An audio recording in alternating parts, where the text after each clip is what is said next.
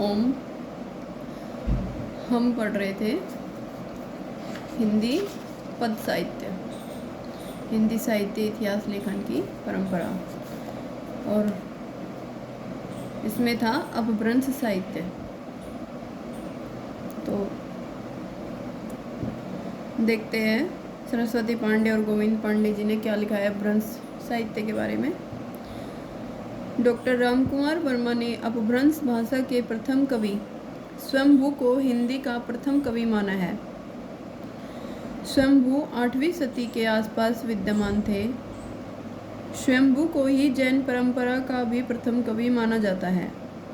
स्वयंभू के 3 ग्रंथ बताए जाते हैं, पौंचर्यु, रेंडेमीचर्यु और स्वयंभू छंद। स्वयंभू का अपभ्रंश भाषा का वाल्मीकि तथा व्यास भी कहा जाता है। स्वयंभू को अपभ्रंश भाषा का वाल्मीकि तथा व्यास भी कहा जाता है।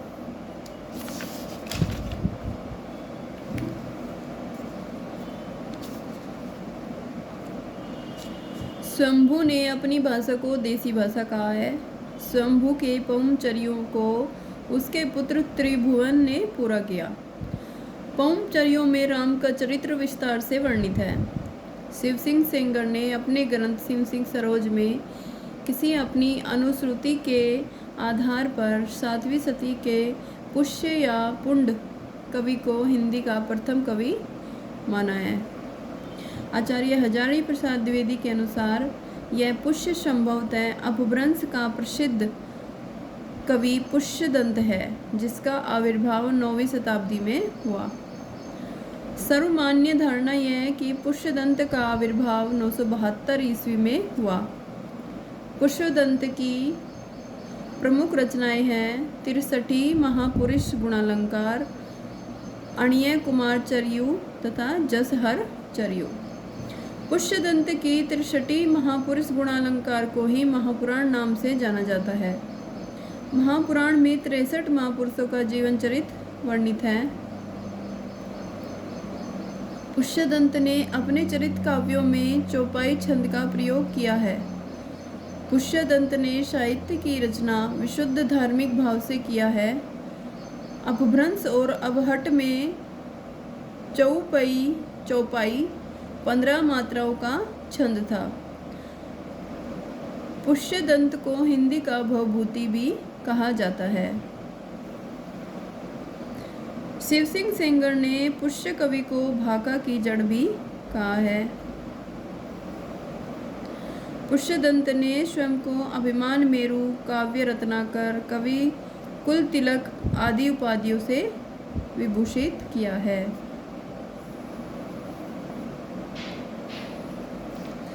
हरिशेन ने अपनी धम्म परीक्षा में अपभ्रंश के 3 कवि माने हैं, चतुर्मुख, स्वयंभू और पुष्यदंत।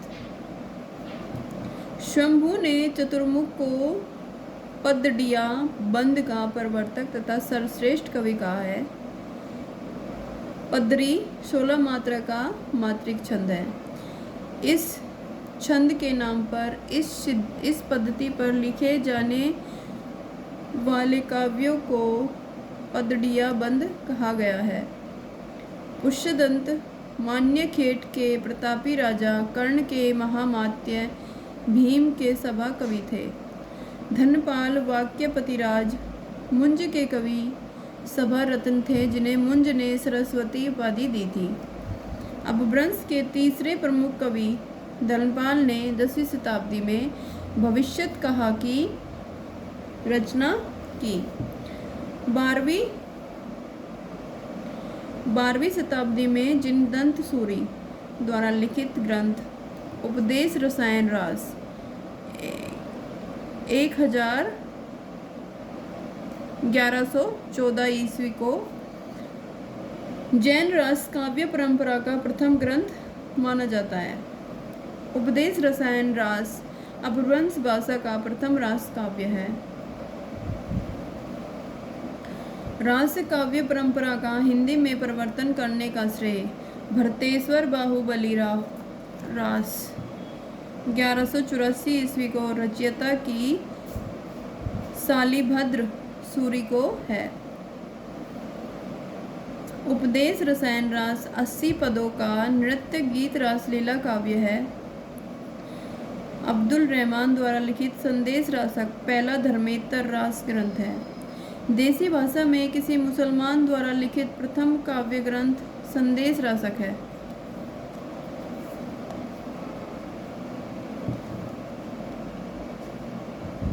संदेश रासक एक खंड काव्य है जिसमें विक्रमपुर की एक वियोगिनी के विरह की कथा वर्णित है। विद्वानों ने उसका समय 12वीं सदी का उत्तरार्ध और 13वीं सदी का आरंभ माना है। मुनि राम सिंह जैन साहित्य में सर्वश्रेष्ठ रहस्यवादी कवि कहे जाते हैं। डॉक्टर हीरालाल मुनि राम सिंह का आविर्भाव काल संवत 1050 के लगभग माने जाते हैं। मुनिराम सिंह ने पाहुड़ दोहा की रचना की। अपभ्रंश भाषा में दोहा काव्य का आरंभ 6ठी शताब्दी के कवि जोइंदू से माना जाता है।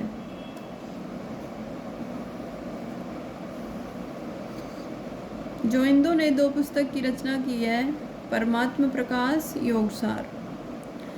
जॉर्ज ग्रियर्सन के आदिकाल के अंतर्गत 9 कवियों को शामिल किया गया। पुष्य कवि कुमान सिंह, केदार कुमार पाल, अनन्य दास चंद्र, जगनिक, श्रांगधर एवं जोधराज। मिश्र बंधुओं ने मिश्र बंधु विनोद के प्रथम संस्करण में आरंभिक काल 700 से 1444 विक्रम संवत के अंतर्गत 19 कवियों को स्थान दिया है। ये 19 कवि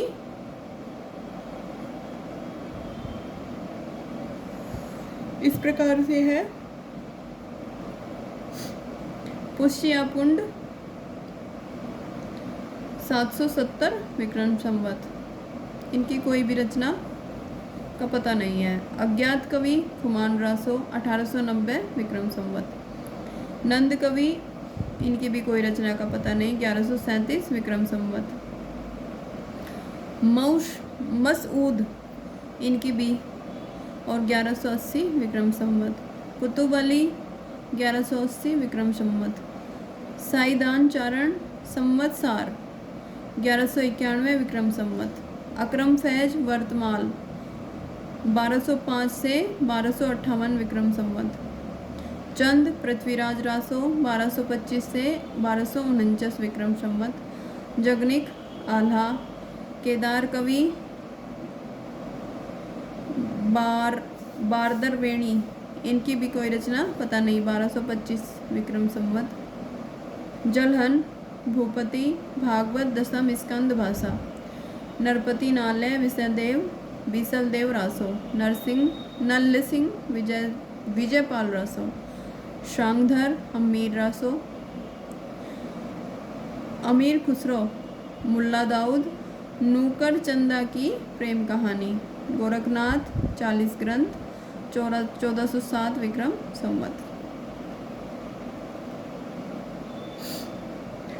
मिस्र बंधुओं ने अपने मिस्र बंधु विनोद के अगले संस्करणों में नाथपंथियों और सिद्धों की को सम्मिलित करते हुए इस काल में कवियों की संख्या 75 तक पहुंचा दी।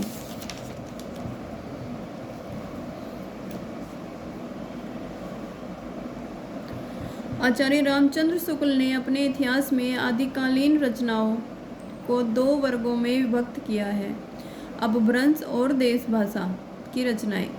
आचार्य शुक्ल ने निम्नांकित 12 रचनाओं को ही साहित्य में स्थान दिया। अपभ्रंश की रचनाएं विजयपाल रासो, हम्मीर रासो, कीर्तिलता और कीर्ति पताका। देश भाषा काव्य की रचनाएं खुमान रासो, बीसलदेव रासो, पृथ्वीराज रासो, जयचंद्र प्रकाश, जय मयंक, जश चंद्रिका, परमाल रासो, खुसरो की पहेलियाँ और विद्यापति की पदावली। आचार्य हजारी प्रसाद द्विवेदी ने आदिकाल के अंतर्गत 9 कवियों को शामिल किया है। हेमचंद्र गुजरात के सोलंकी राजा सिद्धराज जयसिंह और उनके भतीजे कुमार पाल के राज दरबार में रहते थे। आचार्य के व्याकरण का नाम सिद्ध हेमचंद्र शब्दानुशासन था। हेमचंद का व्याकरण सिद्ध हेम नाम से प्रसिद्ध हुआ। सिद्ध हेम में संस्कृत, प्राकृत और अपभ्रंश तीनों का समावेश किया गया है। हेमचंद्र प्रसिद्ध जैन आचार्य थे जिनका जन्म 1088 में हुआ। हेमचंद्र के अन्य पुस्तकों का नाम निम्न है: कुमारपाल चरित्र, योग शास्त्र, प्राकृत व्याकरण, छंदोनुशासन और देसी नाम वाला कोश। हेमचंद्र को प्राकृत का पाणिनि माना जाता है। अपने व्याकरण के उदाहरणों के लिए हेमचंद्र ने भट्टी के समान एक द्व्याश्रय काव्य की भी रचना दी। सोमप्रभ सूरी गुजरात के एक प्रसिद्ध जैन साधु थे, जिनका आविर्भाव 1252 विक्रम संवत से माना जाता है। सोमप्रभ सूरी ने कुमारपाल प्रतिबोध 1241 विक्रम संवत नाम का एक गद्यपद में संस्कृत प्राकृत काव्य लिखा। जैनाचार्य मेरुतुंग ने संवत 1361 में प्रबंध चिंतामणि नामक एक ग्रंथ की रचना की है। प्रबंध चिंतामणि में कुछ दोहे मालवा नरेश राजा भोज के चाचा मुंज के कहे हुए हैं। प्रबंध चिंतामणि में दुहा विद्या में विवाद करने वाले 2 चरणों की कथा आई है, इसलिए अपभ्रंश काव्य को दुहा विद्या भी कहा जाने लगा। अपभ्रंश से पूर्व दोहा का प्रयोग नहीं होता था। लक्ष्मीधर ने 14वीं शताब्दी के अंत में प्राकृत पेंगलम नामक एक ग्रंथ का संग्रह किया। प्राकृत पेंगलम में विद्याधर, शांगधर, जज्जल, बब्बर आदि कवियों की रचना को संकलित किया गया है। प्राकृत पेंगलम में प्राकृत और अपभ्रंश छंदों की विवेचना की गई है।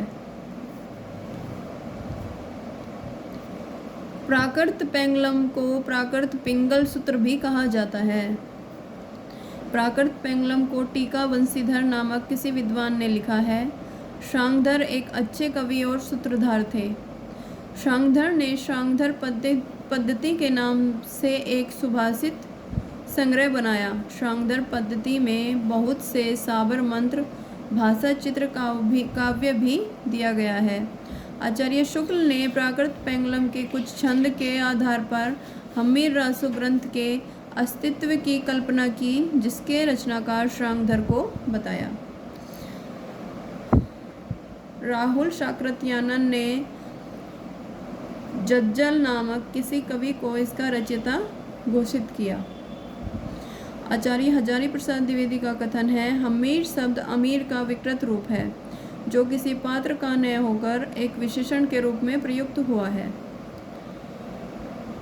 शिव सिंह सेंगर के अनुसार चंद की औलाद में शांगधर कवि हुए थे, जिन्होंने हम्मीर गैरा और हम्मीर काव्य भाषा में बनाया था। शांगधर कृत शांगधर पद्धति संस्कृत भाषा में लिखा एक पद्यकोश है, किंतु बीच बीच में देश भाषा के काव्य भी आए हैं। श्री मल्लदेव राजा की प्रशंसा में शांगधर पद्धति भी में श्रीकंठ पंडित का संग्रहित यह श्लोक उल्लेख हुआ है। नूनम बादलम छाई खेई पसरी निश्वान शब्द खरे शत्रु पाड़ी लुटाली तोड़े हसीनो एवं भणंत्यु दे भटा झूठे गर्व भरा मघाली सहसो रे कंत मेरे कहे कंठे पाग निवेश जहाँ शरणम श्री मल्लदेव विभव। डॉक्टर बच्चन सिंह ने अनुमान व्यक्त किया है कि शांगधर कुंडलिया छंद के प्रथम प्रयोक्ता हैं।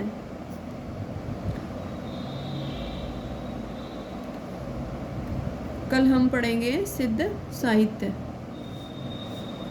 तो मिलते हैं आपसे अगले वीडियो में।